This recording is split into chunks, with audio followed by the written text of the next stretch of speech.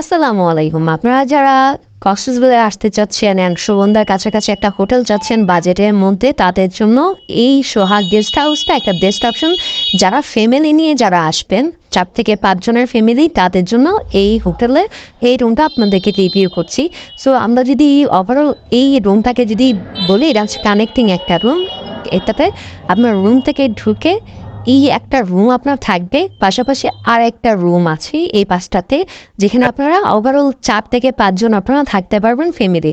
So আমি overall যেটা আপনাদেরকে যদি দেখাই, এটা হচ্ছে আপনার মেইন ডোর। এখান থেকে আপনি ঢুকলেন, ঢুকে এই পাশে যদি আপনারা আসেন, এখানে একটা ডাবল বেড দেওয়া আছে।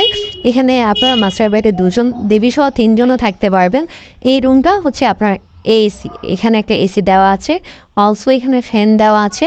অ্যান্ড রুমে একে থাকে, এখানে আপনার একটা টেবিল দেওয়া আছে, আপনার ইন্টারকম দেওয়া আছে। এই পাশে আপনার দুটো সোফা দেওয়া আছে, এলইডি দেওয়া আছে। এই পাশে আপনার টেবিল দেওয়া আছে মিরর অ্যান্ড লাগেজ রাখার জন্য। এখানে আপনার স্পেস আছে। এখানে একটা ওয়াশরুম আছে, যেটা হচ্ছে আপনার হাই কমন। সো ওয়াশরুমটা যদি দেখেন, একদম নিট অ্যান্ড ক্লিন। এই রুমটা আপনার এসি হয়, ভিতরে যে কানেক্টিং রুম সেটা হচ্ছে আপনার নন এসি।